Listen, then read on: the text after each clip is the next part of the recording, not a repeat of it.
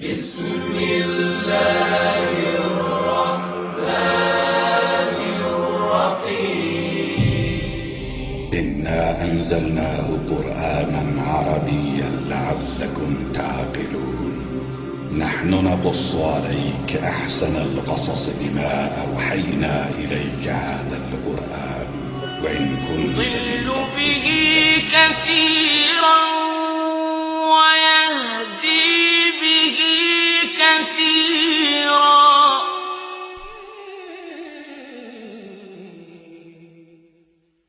صلوا عليه وآله صلوا عليه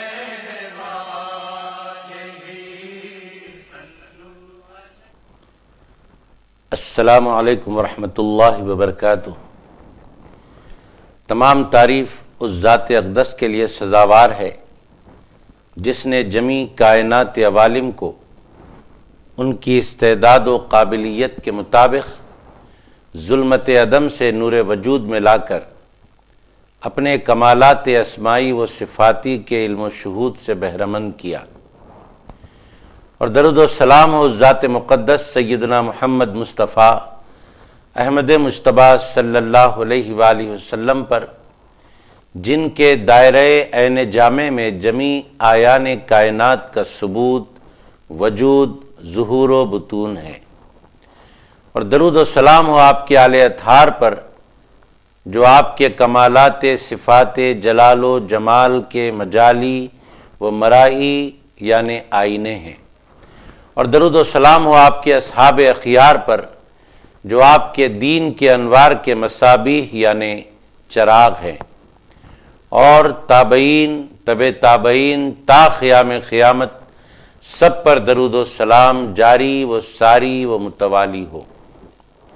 بعد حمد و صلات کے محترم ناظرین، جو سلسلے وار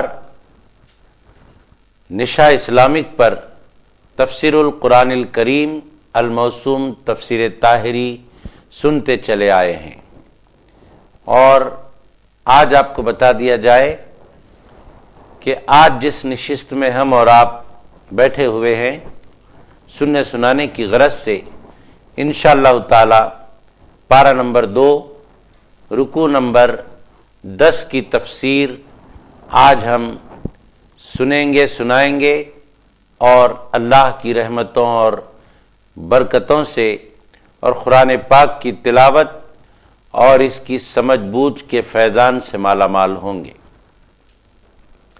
آئیے پارہ نمبر 2 رکوع نمبر 10 کی تلاوت شروع ہوتی ہے۔ اعوذ باللہ من الشیطان الرجیم، بسم اللہ الرحمن الرحیم، سل بنی اسرائیل کم آتیناہم من آیت بینہ ومن يبدل نعمت اللہ من بعد ما جاءته فإن اللہ شدید العقاب۔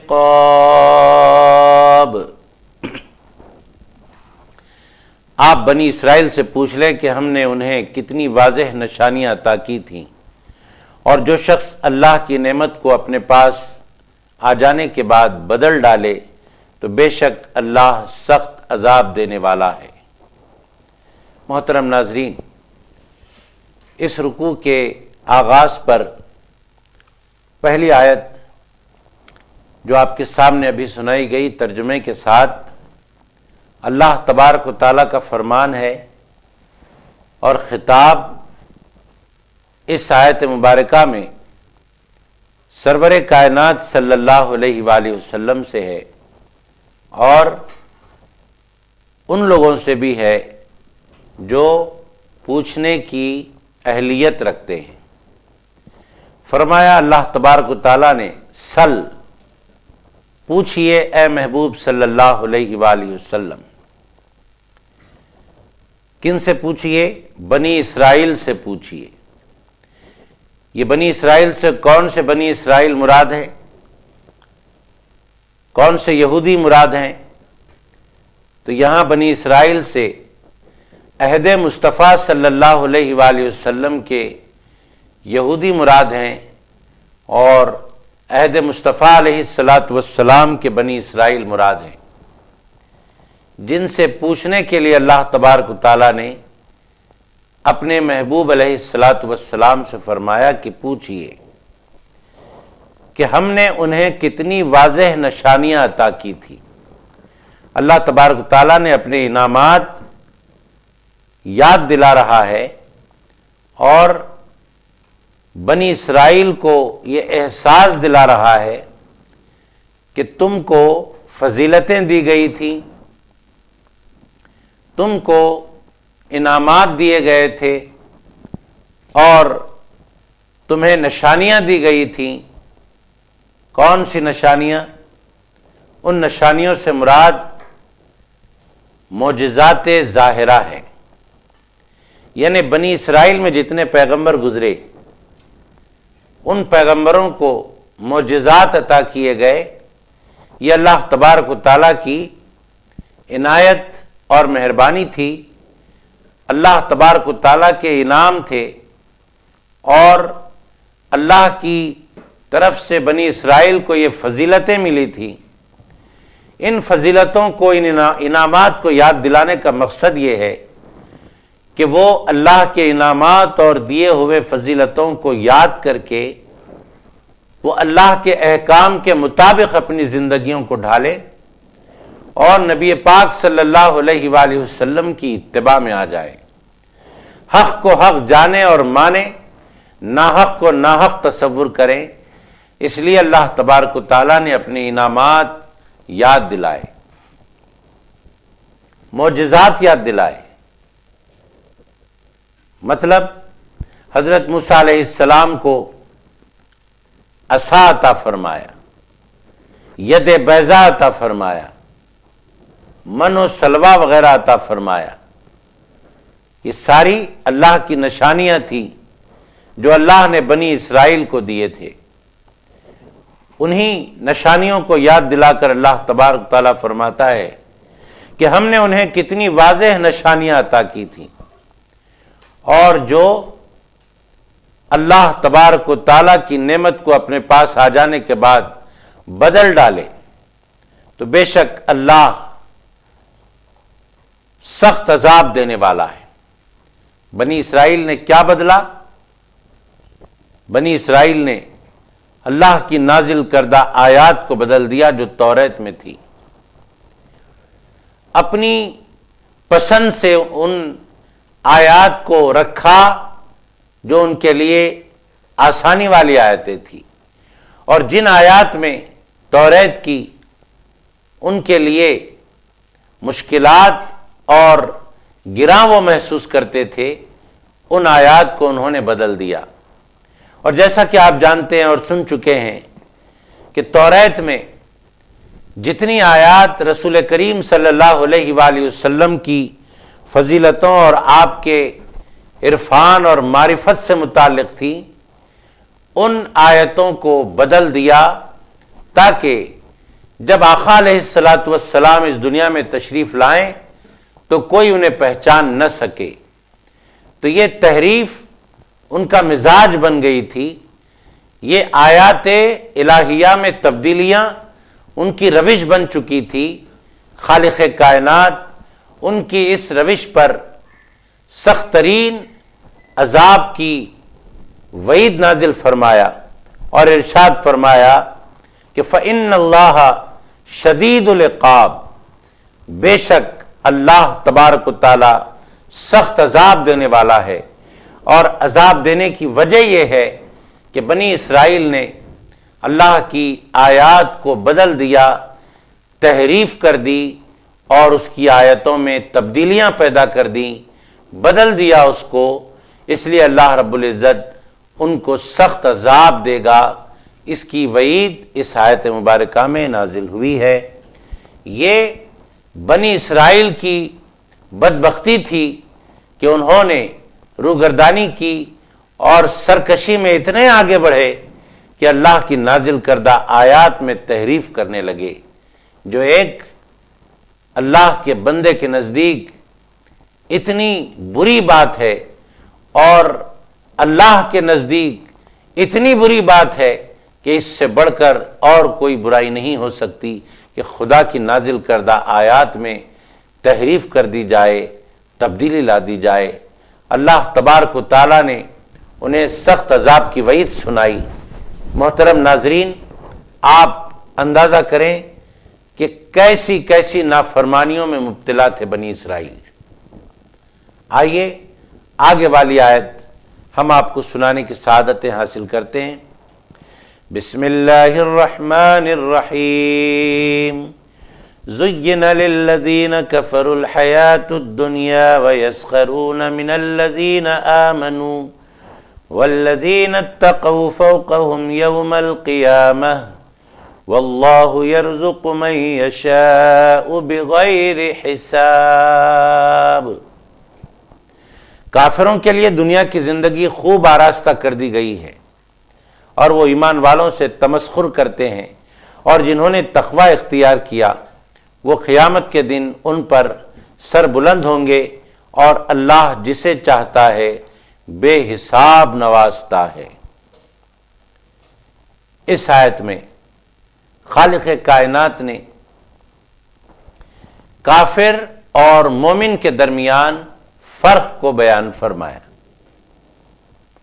اور ارشاد فرمایا کہ یہ دنیا کافر کے لیے جنت بنا دی گئی، اور مومن کے لیے حدیث پاک کی روح سے عرض کر رہا ہوں کہ یہ دنیا کافر کے لیے جنت اور مومن کے لیے قید خانہ بنا دی گئی۔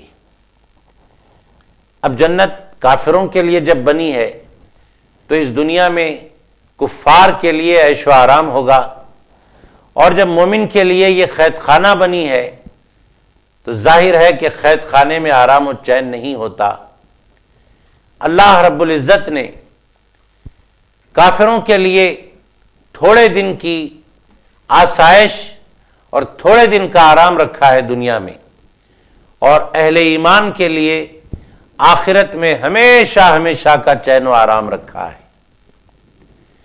اسی کا ذکر اس آیت مبارکہ میں آتا ہے اس طرح کہ زین للذین کفروا الحیاۃ الدنیا، کافروں کے لیے دنیا کی زندگی خوب آراستہ کر دی گئی ہے، جو کچھ ہے ان کے لیے بس دنیا ہی ہے، آخرت میں ان کے لیے کوئی حصہ نہ ہوگا، اس لیے کہ آخرت میں انہی کے لیے حصہ رکھا ہوا ہے جو دنیا میں اہل ایمان کی حیثیت سے اس دنیا میں اپنی زندگی گزارتے تھے۔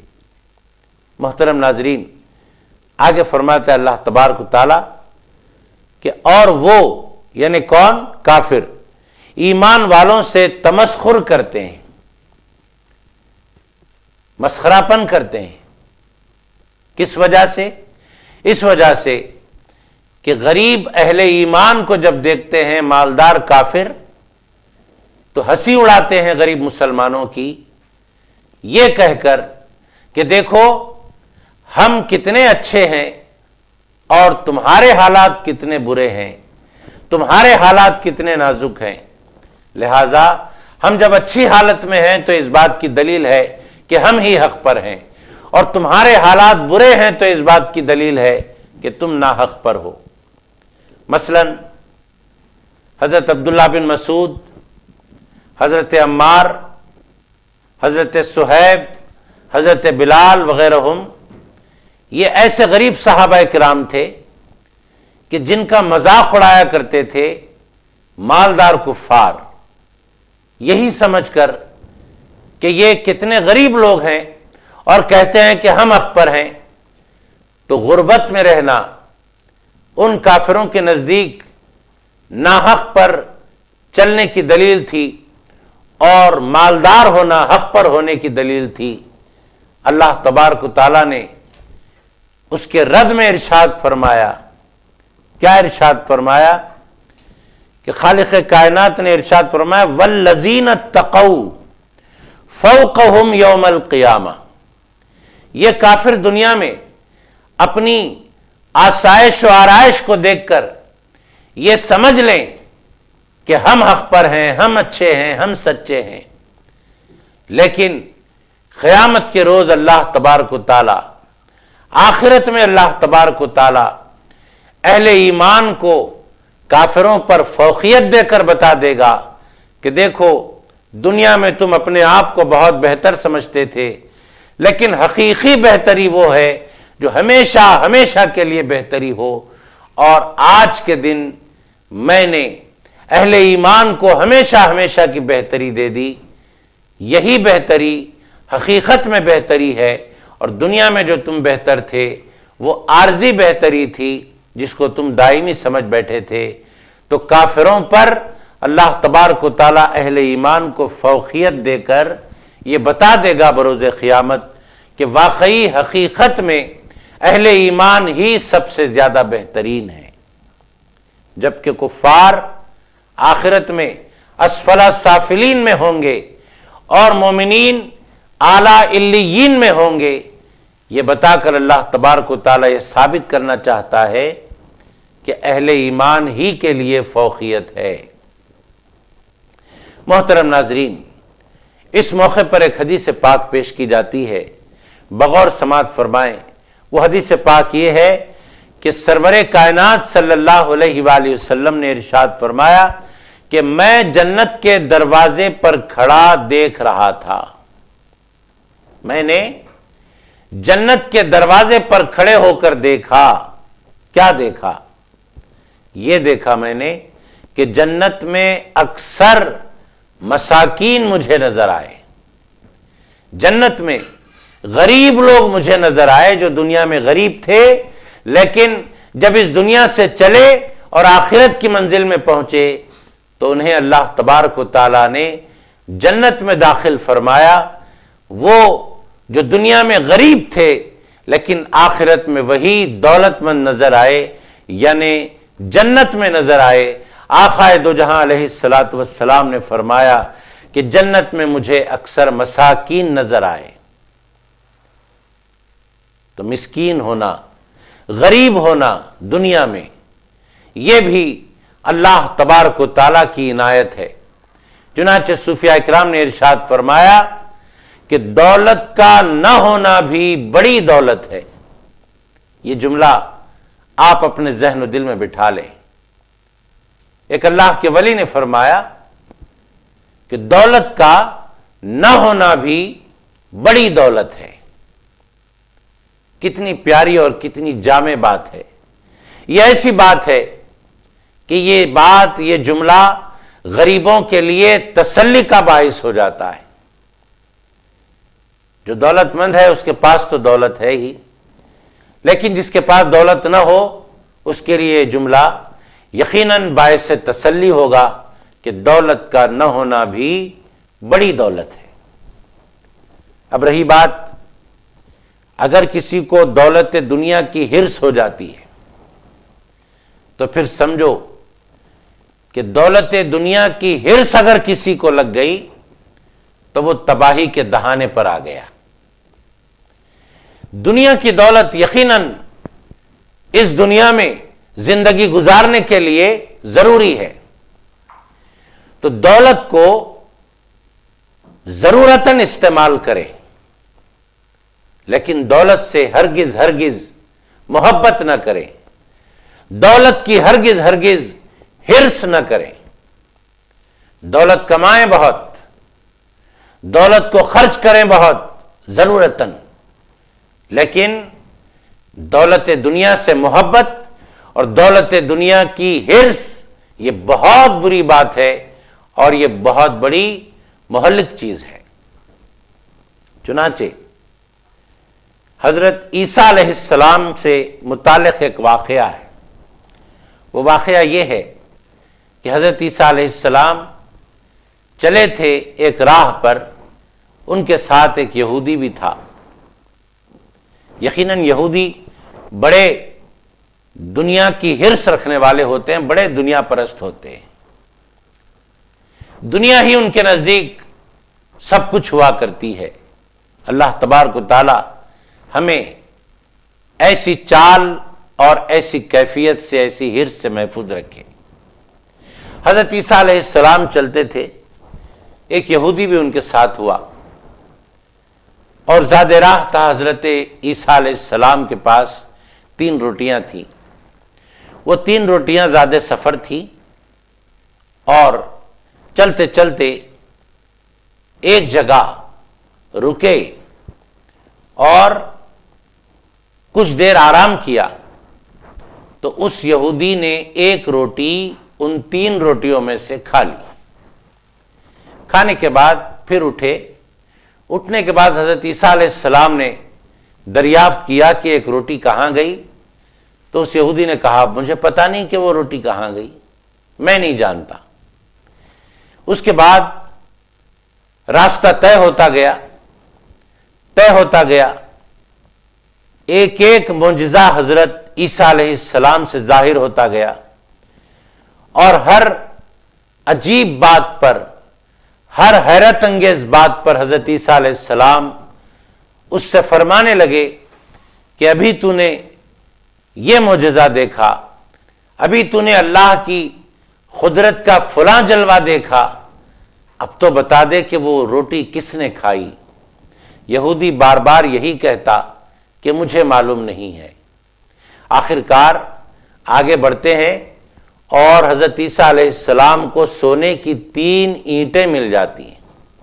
میں آپ کو بتانا یہ چاہتا ہوں کہ دنیا کی حرص اور دنیا کی طمع انسان کو کیسے تباہی کے دہانے پر کھڑا کر دیتی ہے.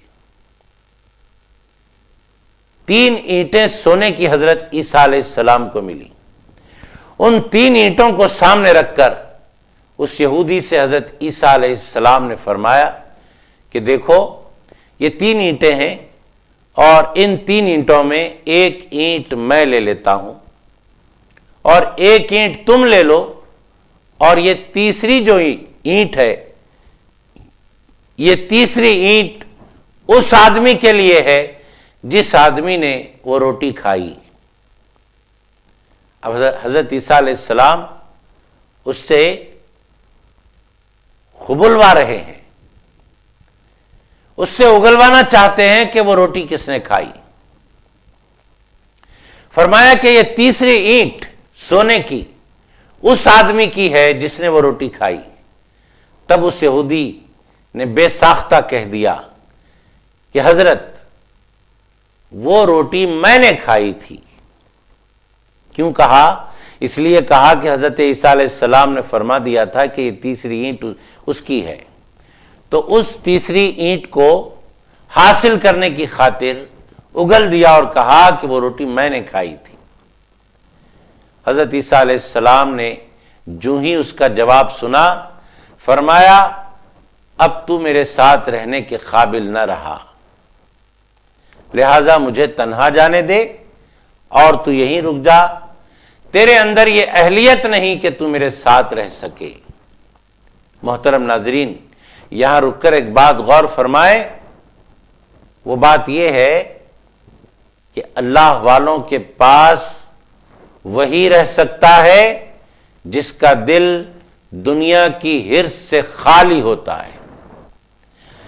اہل اللہ کے پاس رہنے کا اہل وہی ہے جس کے دل میں قرب الہی کی طلب ہوتی ہے. اگر دنیا کی حرص، دنیا کی طمع اگر رکھ کر کوئی اللہ والوں کے پاس آتا ہے تو اللہ والوں کی صحبت میں رہنے کا وہ ہرگز اہلیت نہیں رکھتا، صحبت میں رہنے کا ہرگز وہ قابل نہیں رہتا، لائق نہیں رہتا. حضرت عیسیٰ علیہ السلام نے اسے اپنی صحبت سے دور کر دیا. اب آپ دیکھیے دنیا کی حرص کہاں لے جاتی ہے اس کو. ڈاکوؤں نے دیکھا کہ اس کے پاس سونے کی اینٹیں ہیں تو اس یہودی کا ڈاکوؤں نے قتل کر دیا.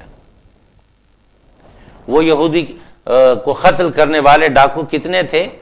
3 ڈاکو تھے. تینوں نے مل کر اس یہودی کا قتل کر دیا اور وہ اینٹیں 3 کے 3 ان ڈاکوؤں نے حاصل کر لیے.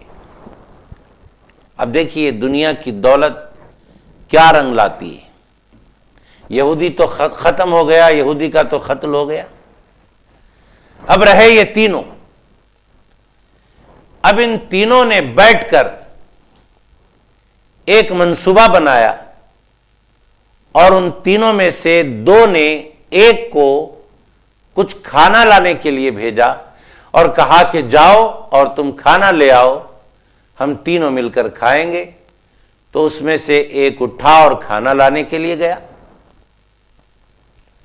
جب ایک کھانا لانے کے لیے گیا تو یہ دونوں نے منصوبہ بنایا، یہ منصوبہ بنایا کہ دیکھو ہم دونوں مل کر اس ایک ڈاکو کا قتل کر دیتے ہیں جو کھانا لانے کے لیے گیا ہے، آتے ہی اس کا قتل کر دیں گے تاکہ ہم کو زیادہ مقدار میں سونا مل سکے۔ بجائے ایک ایک اینٹ لینے کے ہم آپس میں 1.5 اینٹ لے لیں گے۔ اور ادھر جو ڈاکو کھانا لانے کے لیے گیا تھا اس ڈاکو نے اپنے ہی آپ ایک منصوبہ بنایا۔ وہ منصوبہ یہ بنایا کہ میں اس کھانے میں زہر ملا کر لے جاؤں اور کھلا دوں ان دونوں کو، اور وہ دونوں کھا کر ختم ہو جائیں، تو نتیجے میں وہ 3 کے 3 سونے کی اینٹیں مجھے مل جائیں۔ یہ منصوبہ بنا کر وہ ادھر سے آ رہا ہے۔ جب آیا تو ان دونوں نے اپنے منصوبے کے مطابق اس کا قتل کر دیا، اور کھانا کھا چکے تو اس ڈاکو کے منصوبے کے مطابق یہ دونوں ختم ہو گئے زہریلا کھانا کھا کر۔ اس کے بعد حضرت عیسیٰ علیہ السلام کا اس مقام سے گزر ہوا جہاں حضرت عیسیٰ علیہ السلام نے دیکھا کہ اس یہودی کی بھی لاش پڑی ہے اور 3 ڈاکوؤں کی بھی لاشیں پڑی ہیں۔ تب حضرت عیسیٰ علیہ السلام نے ان 4 کے 4 لاشوں کو دیکھتے ہوئے ارشاد فرمایا، یہی ہے نتیجہ دنیا کے مال کی حرص کرنے والوں کا۔ محترم ناظرین، دیکھا آپ نے کہ دولت دنیا کیسا رنگ دکھاتی ہے، دولت دنیا کیسے تباہ کر دیتی ہے اپنے چاہنے والوں کو، اپنی حرص کرنے والوں کو۔ محترم ناظرین، یہاں پر بتانے کا مطلب یہی ہے کہ انسان دولت کمائے لیکن دولت پر فخر نہ کرے اور کسی غریب کو دیکھ کر اس کی ہنسی نہ اڑائے۔ یہاں اس آیت مبارکہ میں اللہ تبارک و تعالیٰ نے ہنسی اڑانے والوں کے بارے میں فرمایا کہ وہ وَيَسْخَرُونَ مِنَ الَّذِينَ آمَنُوا، ہنسی اڑاتے ہیں اہل ایمان پر، تمسخر کرتے ہیں اہل ایمان کے ساتھ، مسخرہ پن کرتے ہیں غریب صحابہ کرام کو دیکھ کر۔ کیوں کرتے ہیں؟ اس لیے کہ دنیا کا مال ان کے پاس ہے۔ ان کو جان لینا چاہیے کہ دنیا کا مال عارضی ہوتا ہے اور وہ جان لیوا ہوتا ہے، اس کے اندر دھوکہ ہوتا ہے، آدمی اس دھوکے میں ہرگز نہ آئے۔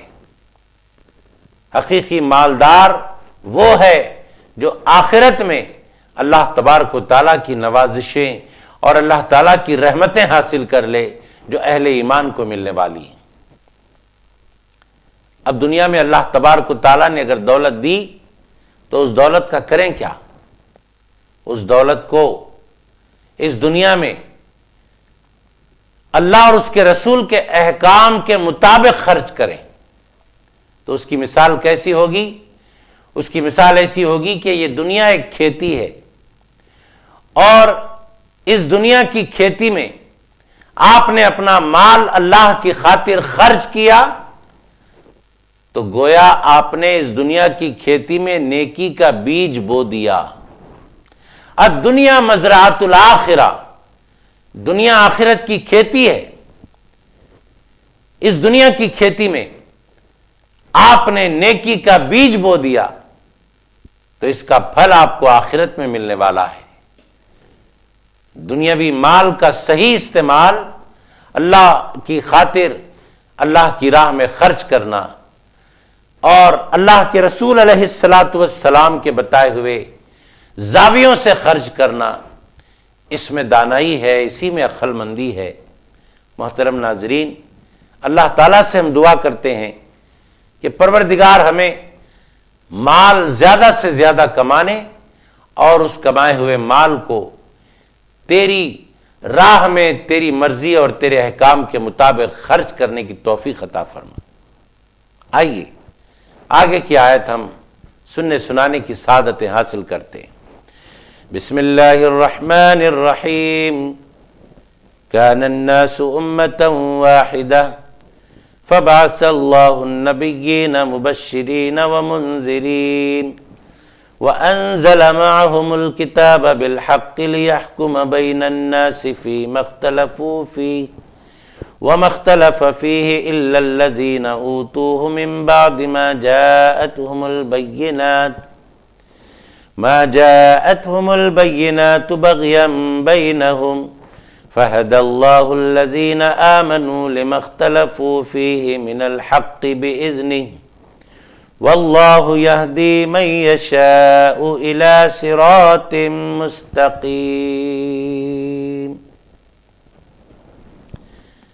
سب لوگ ایک ہی دین پر جمع تھے ابتدا میں، پھر جب ان میں اختلافات رونما ہو گئے تو اللہ نے بشارت دینے والے اور ڈر سنانے والے پیغمبروں کو بھیجا اور ان کے ساتھ حق پر مبنی کتاب اتاری تاکہ وہ لوگوں میں ان امور کا فیصلہ کر دے جن میں وہ اختلاف کرنے لگے تھے، اور اس میں اختلاف بھی فقط انہی لوگوں نے کیا جنہیں وہ کتاب دی گئی تھی، باوجود اس کے کہ ان کے پاس واضح نشانیاں آ چکی تھیں، اور انہوں نے یہ اختلاف بھی محض باہمی بغض و حسد کے باعث کیا۔ پھر اللہ نے ایمان والوں کو اپنے حکم سے وہ حق کی بات سمجھا دی جس میں وہ اختلاف کرتے تھے، اور اللہ جسے چاہتا ہے سیدھے راستے کی طرف ہدایت فرما دیتا ہے۔ محترم ناظرین کرام، اس آیت میں اللہ تبارک و تعالیٰ نے ابتدا کی کیفیت بیان فرمائی، یعنی بنی نوع انسان کی ابتدا۔ اس دنیا میں جب بنی آدم پھیل رہے تھے اس وقت کی بات ہے، حضرت آدم علیہ السلام کی اولاد اس دنیا میں پھیلی۔ اللہ تبارک و تعالیٰ نے ارشاد فرمایا کان الناس امۃ واحدہ، اس وقت سارے لوگ ایک ہی دین پر جمع تھے، کوئی اختلاف نہیں تھا، سب آپس میں متفق تھے، ایک دین پر تھے، آپس میں کوئی اختلاف نہیں، سب اتفاق سے تھے، سب آپس میں متفق تھے، یعنی لوگ ایک ہی جماعت کے تھے۔ اور وہ جماعت کیسی تھی؟ وہ جماعت ایمان والوں کی جماعت تھی، وہ جماعت اتباع والوں کی جماعت تھی، ایمان و اتباع سے وہ لوگ آراستہ تھے، حق تبارک و تعالیٰ کے احکام کے مطابق ان کی زندگیاں تھیں، تو وہ حق پر ایمان بھی لے آئے، وہ حق کی اتباع میں بھی لگے رہے تھے۔ یہ سلسلہ کب سے کب تک چلا؟ یہ سلسلہ اتفاق کا، یہ سلسلہ اتباع کا، یہ سلسلہ حق پر ایمان رکھنے کا حضرت آدم علیہ السلام سے لے کر حضرت نوح علیہ السلام تک رہا، اور حضرت نوح علیہ السلام کے بعد پھر اختلافات شروع ہوئے۔ ایک بات یہاں پر تحقیق کی یہ سنتے چلیں کہ حضرت آدم علیہ السلام اور حضرت نوح علیہ السلام کے درمیان کا وقفہ کتنا وقفہ تھا؟ اس کا جواب یہ ہے کہ حضرت آدم اور حضرت نوح علیہ السلام کے درمیان کا جو وقفہ ہے وہ 20 قرون کا وقفہ ہے، یعنی حضرت آدم علیہ السلام اور حضرت نوح علیہ السلام کے درمیان 20 قرون گزر گئے۔ اور ایک قرن کتنے عرصے کا ہوتا ہے پتہ ہے؟ ایک قرن ہوتا ہے 80 سال کا۔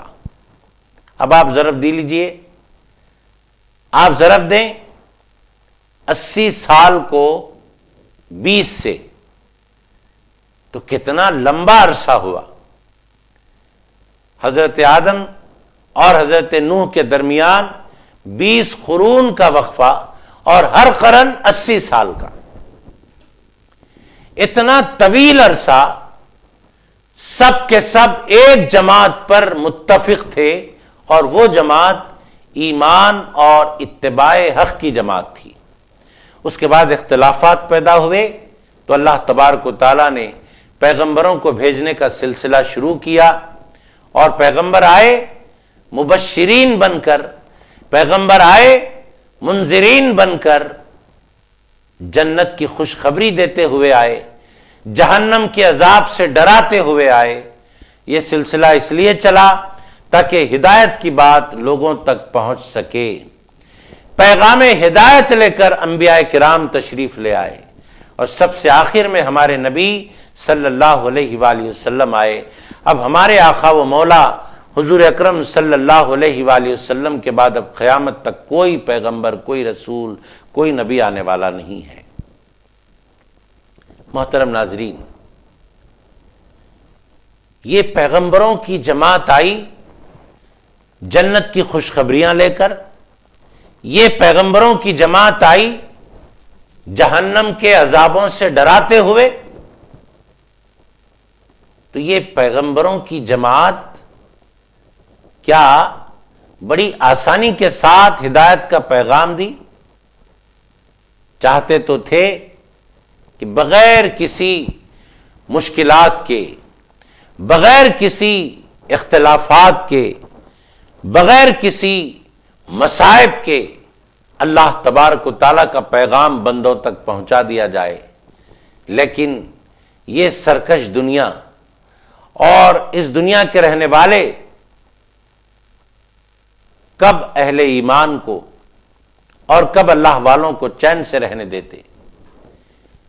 دنیا والوں نے پیغمبروں کے ساتھ تمسخر کیا، دنیا والوں نے پیغمبروں کو ناحق قتل بھی کیا۔ اب جب ناحق قتل کیا ہے تو اب آپ اندازہ لگائیں کہ یہ دنیا کے نافرمان، یہ دنیا کے سرکش کیا کچھ نہیں کیے ہوں گے پیغمبروں کے ساتھ، کیا کچھ نہیں کیے ہوں گے ان پیغمبروں کی امتوں کے ساتھ، کتنا ظلم و بربریت کا سامنا کرنا پڑا ہوگا سابقہ پیغمبروں کو بھی اور سابقہ امتوں کو بھی۔ اسی کی طرف اشارہ کرتے ہوئے آگے کی آیت آتی ہے جس کو ہم سننے سنانے کی سعادت حاصل کرتے ہیں۔ آئیے آیت کی تلاوت ہوتی ہے۔ بسم اللہ الرحمن الرحیم۔ ام حسبتم ان تدخلوا الجنة ولما يأتكم مثل الذين خلوا من قبلكم مستهم البأساء والضراء وزلزلوا حتى يقول الرسول والذين آمنوا معه متى نصر الله ألا إن نصر الله قريب۔ کیا تم یہ گمان کرتے ہو کہ تم یوں ہی بلا آزمائش جنت میں داخل ہو جاؤ، حالانکہ تم پر تو ابھی ان لوگوں جیسی حالت ہی نہیں بیتی جو تم سے پہلے گزر چکے۔ انہیں تو طرح طرح کی سختیاں اور تکلیفیں پہنچیں، اور انہیں اس طرح ہلا ڈالا گیا کہ خود پیغمبر اور ان کے ایمان والے ساتھی بھی پکار اٹھے کہ اللہ کی مدد کب آئے گی؟ آگاہ ہو جاؤ کہ بے شک اللہ کی مدد قریب ہے۔ محترم ناظرین، پہلے والے پیغمبر، پہلے والی ان پیغمبروں کی امتوں کا ذکر آتا ہے، اور فرمایا جا رہا ہے یہ خطاب کس سے ہے؟ یہ خطاب کہ کیا تم یہ گمان کرتے ہو کہ بلا آزمائش جنت میں داخل کر دیے جاؤ گے؟ یہ خطاب سرور کائنات صلی اللہ علیہ وآلہ وسلم کہ صحابہ کرام سے ہے، آقائے دو جہاں علیہ الصلاۃ والسلام کے مقدس صحابہ سے خطاب ہے۔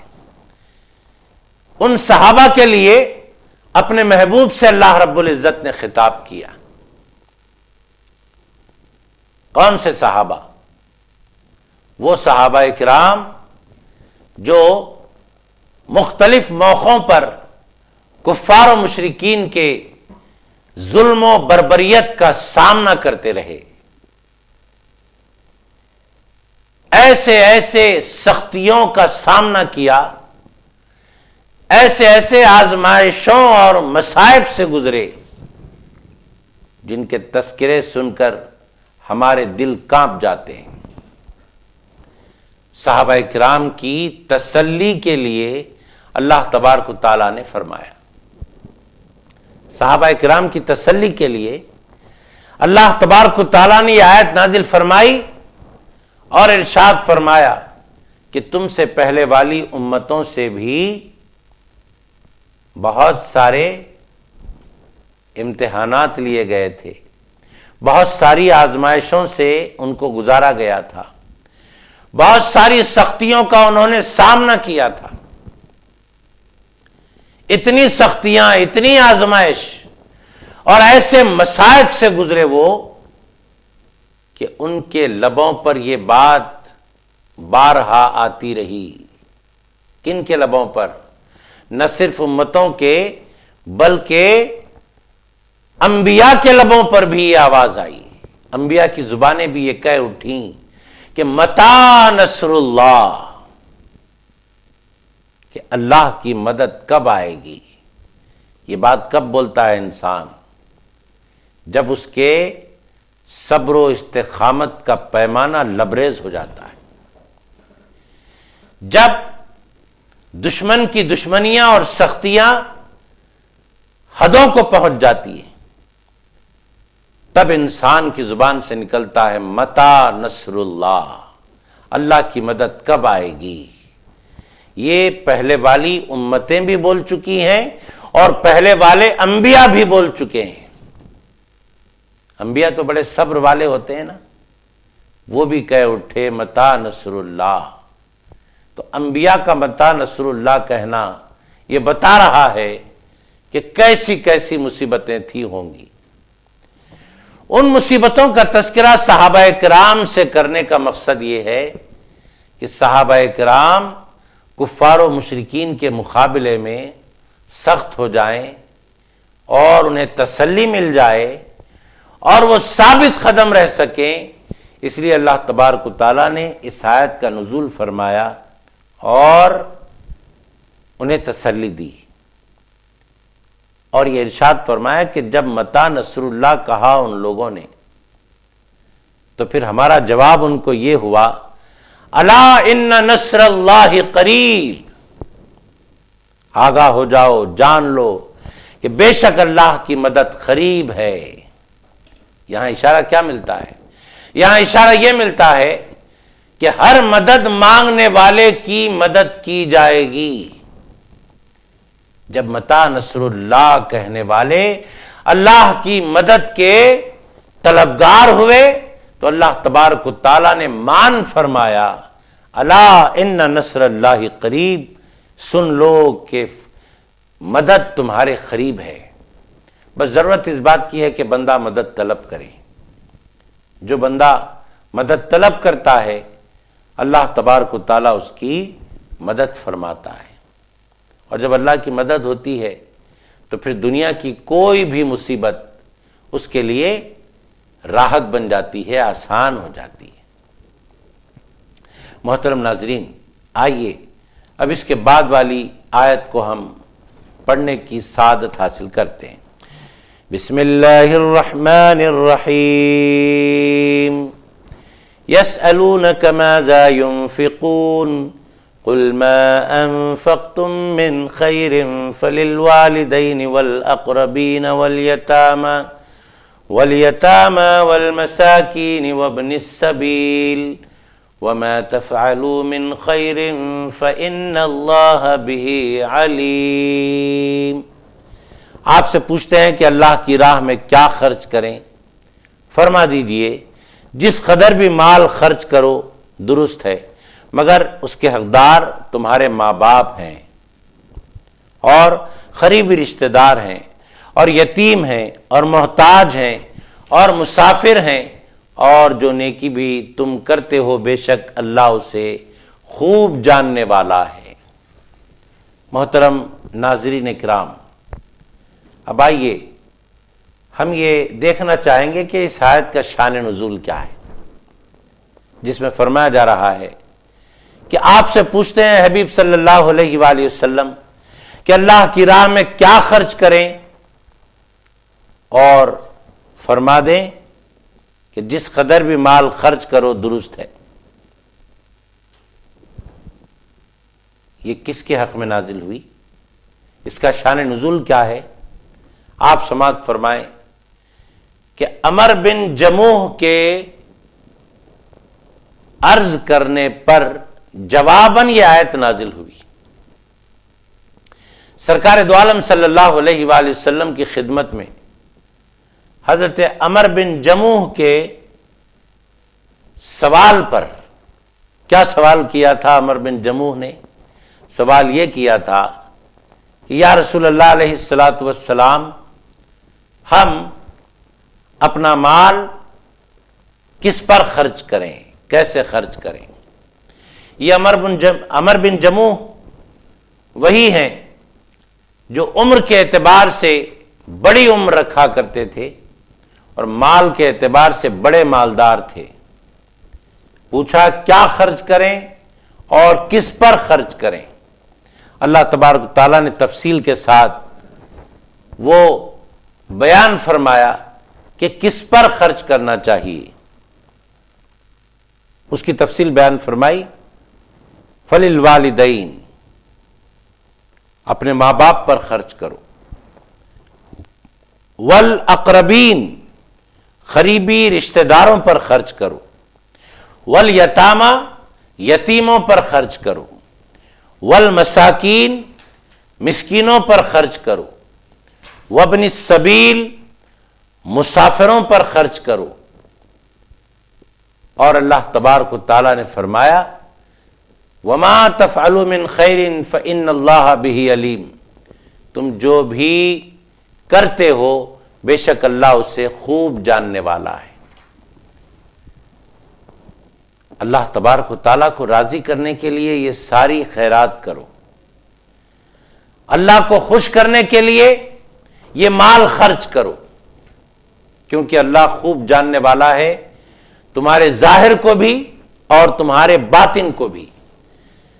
دل میں اگر اخلاص ہو اور تم خرچ کریں تو یہ تمہارا خرچ تمہیں یقیناً فائدہ دے گا۔ اگر دل میں نیت تمہاری بری ہے اور یہ ہے کہ لوگ مجھے مالدار سمجھیں، لوگ مجھے سخی سمجھیں، تو پھر یقین جانیے کہ کچھ بھی ثواب ملنے والا نہیں۔ یہاں پر ایک بات قابل توجہ ہے جو میں آپ کو بتانا چاہتا ہوں، وہ بات یہ ہے کہ اس آیت میں جو بیان ہے خرچ کا، وہ نفل خرچ مراد ہے، صدقات نافلہ مراد ہے، نہ کہ صدقات واجبہ۔ جب مال خرچ کیا جاتا ہے، مال دیا جاتا ہے، تو مال دینے کے دو احکام ہیں۔ ایک تو صدقہ واجبہ ہے، یعنی زکوٰۃ، فطرہ وغیرہ۔ لیکن یہاں پر اس آیت مبارکہ میں زکوٰۃ یا فطرے کی بات نہیں ہو رہی ہے جو اپنے ماں باپ، رشتہ دار وغیرہ کو دیں، بلکہ اس آیت میں یسألونک ماذا ينفقون والی آیت میں جس صدقے کا ذکر ہے، جس خیرات کا ذکر ہے، جس مال دینے کا ذکر ہے، اس سے صدقہ واجبہ مراد نہیں ہے، بلکہ یہاں صدقہ نافلہ کا بیان ہے۔ اگر یہ صدقہ واجبہ ہوتا تو اس میں ماں باپ کا ذکر نہ آتا۔ کیوں؟ اس لیے کہ زکوٰۃ کا مال اولاد اپنے ماں باپ کو نہیں دے سکتی، فطرے کا مال اولاد اپنے ماں باپ کو دے تو ناجائز ہے۔ زکوٰۃ اور فطرے کا مال ماں باپ کو نہیں دیا جاتا. اس لیے یہ آیت صدقہ نافلہ کے بیان میں ہے اور زکوٰۃ و فطرے کو صدقہ واجبہ کہتے ہیں. دیگر جو اس میں جیسے کہ قریبی رشتہ دار، یتیم، محتاج، مسافر، مسکین وغیرہ بیان کیا گیا ہے، ان سب کو صدقہ نافلہ بھی دے سکتے ہیں، صدقہ واجبہ یعنی زکوٰۃ فطرہ وغیرہ بھی دے سکتے ہیں. لیکن ماں باپ کو صدقہ واجبہ نہیں دے سکتے، ہاں صدقہ نافلہ دے سکتے ہیں، نفل صدقہ دے سکتے ہیں. یعنی جو مال ہم خیرات کے لیے رکھے ہوں، جو مال ہم غربا و مساکین کی امداد کے لیے رکھے ہوں، اس مال میں سے ہم ماں باپ کو بھی دے سکتے ہیں. محترم ناظرین اکرام، ان باتوں کو آپ اپنے ذہن میں رکھ کر چلیں، اور جہاں تک مال خرچ کرنے کی بات ہے، آپ اپنے اندر غریبوں، مسکینوں اور خاص طور پر وہ غریب مسکین جو رشتہ داری میں ہمارے زیادہ قریب ہوتے ہوں، ان پر اپنا مال خرچ کرنا ہم اپنا طریقہ کار بنائیں، اس لیے کہ وہ اولین حقدار ہوتے ہیں. اگر صدقہ نافلہ ہو تو ماں باپ سب سے زیادہ اولین حقدار ہوتے ہیں، اور اگر صدقہ واجبہ ہو تو پھر بھائی بہن اور پھر چچا پھوپھی اور خالہ اور ماموں، یہاں سے سلسلے شروع ہوتے ہیں قرابت داروں کے.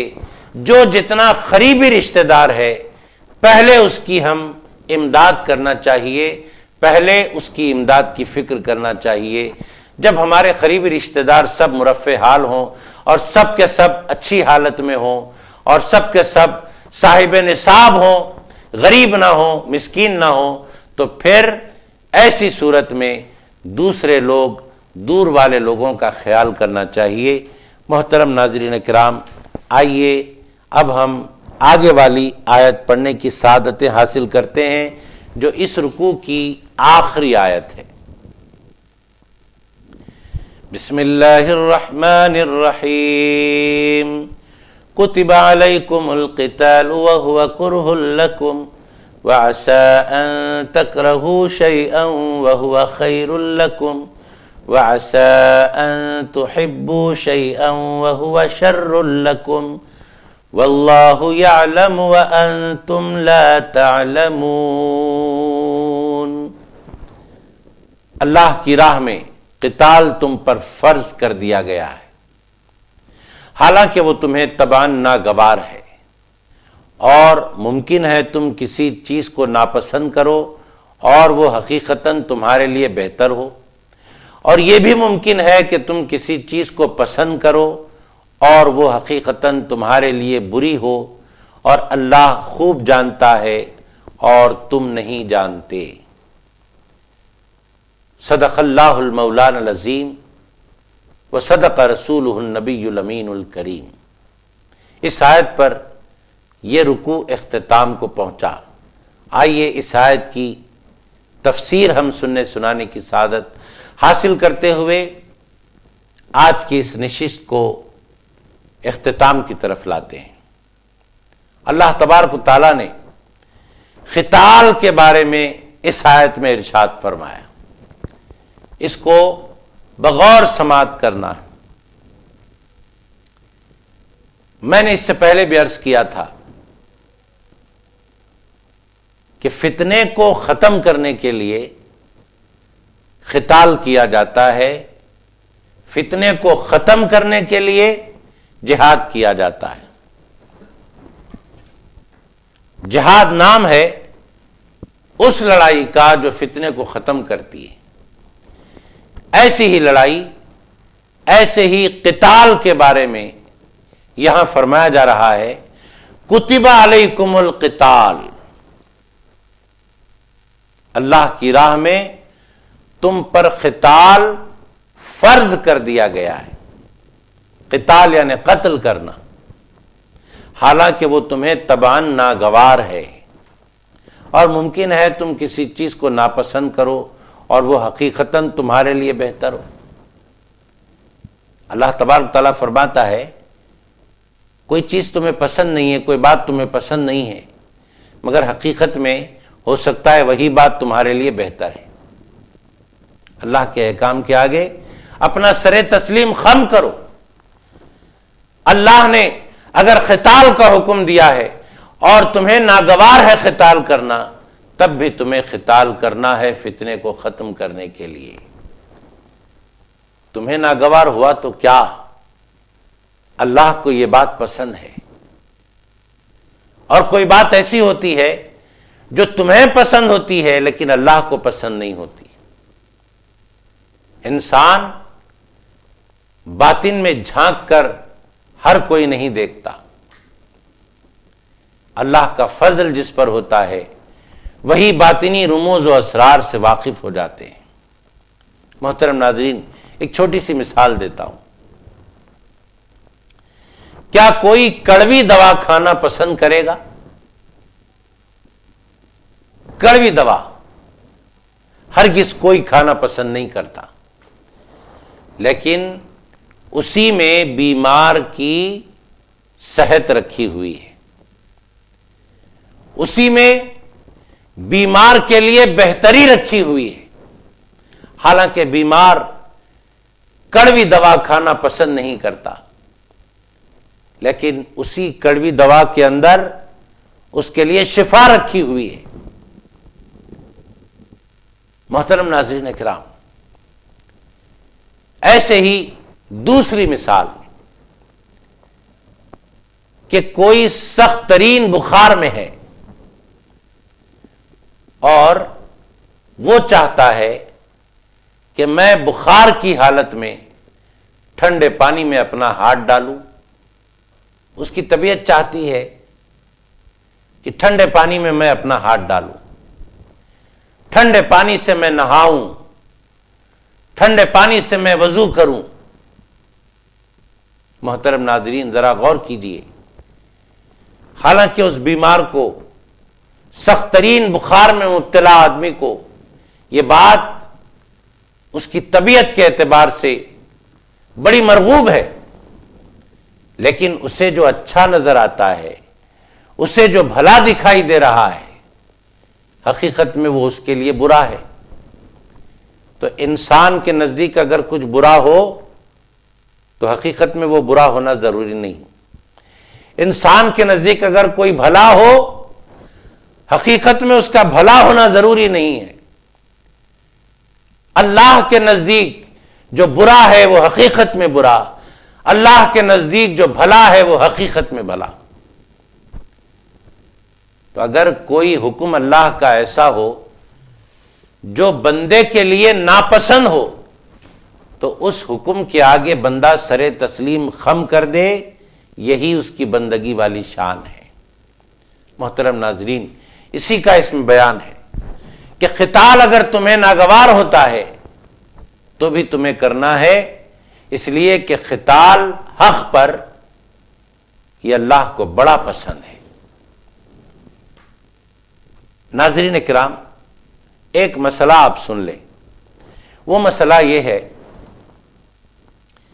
کہ جہاد کبھی فرض کفایہ کا حکم رکھتا ہے اور جہاد کبھی فرض عین ہو جاتا ہے۔ یہ مسئلہ آپ اپنے ذہن میں رکھیں۔ فرض کفایہ کب ہے؟ فرض کفایہ یعنی مسلمانوں میں سے کچھ مسلمان تیار ہو کر کفار کے مقابلے میں جائیں اور ان سے لڑیں، یہ فرض کفایہ ہے۔ جتنے لوگ شریک جنگ نہ ہوئے ہیں ان سب کی طرف سے وہ فرض ادا ہو جاتا ہے اگر کچھ مسلمان کفار کے مقابل جا کر لڑ لیتے ہیں۔ یہ کب؟ جب باضابطہ جنگ ہو، کسی میدان میں جہاں کچھ کفار بھی ہوں کچھ مومن بھی ہوں اور لڑائی کی ایک دوسرے کو اطلاع بھی ہو، ایسے موقع پر کچھ مسلمان جا کر مقابلہ کر لیں تو سارے مسلمانوں کی طرف سے وہ فرض ادا ہو جاتا ہے۔ لیکن یاد رکھیں، جب مسلمانوں کے ملک پر جب کفار چڑھائی کر بیٹھے، مسلمانوں کے ملک پر جب کفار چڑھائی کر بیٹھے، تو اب یہاں فرض کفایہ کا حکم نہیں رہتا، یہاں قتال کرنا، یہاں جہاد کرنا فرض عین ہو جاتا ہے۔ اب سب کے سب میدان میں اتریں اور اپنا اپنا فرض ادا کریں۔ محترم ناظرین، یہ بات ذہن میں رکھنے کی، اور قرآن پاک کی جتنی باتیں ہیں وہ باتیں وہی شخص قبول کرتا ہے اور وہی سمجھتا ہے، اسی کے سمجھ میں آتی ہیں جو حق باتیں سننے اور سمجھنے کا طلبگار ہو، اور جو حق کا طالب ہی نہیں ہے اسے یہ باتیں سمجھ میں نہیں آتی۔ محترم ناظرین اکرام، دراصل انسان اپنے آپ پر غور کرے۔ جو انسان اپنے آپ پر غور کرتا ہے، اپنی تخلیق پر غور کرتا ہے، خود اپنے آپ پر غور کرتا ہے، تو اسے ساری باتیں سمجھ میں آنے لگتی ہیں۔ اپنی قدرت پر غور کرتا ہے تو خدا کی قدرت سمجھ میں آتی ہے۔ اپنی حیات پر غور کرتا ہے تو خدا کی حیات سمجھ میں آتی ہے۔ اپنی ذات پر غور کرتا ہے تو خدا کی ذات سمجھ میں آتی ہے۔ اپنے وجود پر غور کرتا ہے تو خدا کا وجود سمجھ میں آتا ہے۔ اپنے صفات پر غور کرتا ہے تو خدا کے صفات سمجھ میں آتے ہیں۔ محترم ناظرین کرام، اپنے آپ پر غور کرتا ہے، خود پر غور کرتا ہے تو خدا سمجھ میں آنے لگتا ہے، خدا کی معرفت حاصل ہونے لگتی ہے۔ اللہ تبارک و تعالیٰ نے انسان کو عالم صغیر بنا کر پیدا کیا، جبکہ یہ دنیا عالم کبیر ہے۔ جو عالم کبیر میں اللہ نے رکھا، وہ سارے کا سارا اس عالم صغیر میں رکھا۔ اللہ سبحانہ وتعالیٰ نے انسان کی تخلیق میں ساری کائنات کو سمو کر رکھ دیا ہے، ساری کائنات کو سمو دیا ہے۔ اسی لیے تو قرآن کہتا ہے ایک مقام پر، وَفِي أَنفُسِكُمْ أَفَلَا تُبْصِرُونَ، اے بندو تم اپنے آپ کو دیکھو، تم اپنے آپ کو دیکھو۔ وَفِي أَنفُسِكُمْ، تمہارے اندر سب کچھ ہے۔ افلا تبصرون، کیا تم نہیں دیکھتے؟ انسان کو چاہیے اپنے آپ پر غور کرے تو ساری باتیں سمجھ میں آنے لگیں گی، قرآن کی ایک ایک آیت سمجھ میں آنے لگے گی، قرآن کا ایک ایک لفظ، ایک ایک حرف سمجھ میں آنے لگے گا۔ شرط اس بات کی ہے کہ بندہ اپنے آپ پر غور کرے، اپنے آپ کو سمجھے، تو پھر خدا کا بھی عرفان نصیب ہوگا، خدا کے رسول کا بھی عرفان نصیب ہوگا، اور اس قرآن پاک کی معرفت بھی اسے نصیب ہوگی، اس قرآن پاک کے اسرار سے بھی وہ واقف ہوگا، اس قرآن پاک کے رموز سے بھی وہ واقف ہوگا، اس قرآن پاک کے ظاہری معنی مطالب سے بھی وہ واقف ہوگا، اور اس قرآن پاک کے باطنی اسرار و رموز سے بھی وہ واقف ہوگا۔ اللہ تبارک و تعالیٰ سے ہم دعا کرتے ہیں، پروردگار آج کے اس رکوع میں جو باتیں سننے سنانے کی ہم نے سعادتیں حاصل کی ہیں، ان تمام باتوں پر ہمیں عمل پیرا ہونے کی توفیق عطا فرما۔ وصلی اللہ تعالی علی خیر خلقہ ونور عرشہ سیدنا محمد وعلی آلہ واصحابہ اجمعین، والحمد للہ رب العالمین۔ سل بني إسرائيل كم آتيناهم من آية بينة ومن يبدل نعمة الله من بعد ما جاءت فإن الله شديد العقاب زين للذين كفروا الحياة الدنيا ويسخرون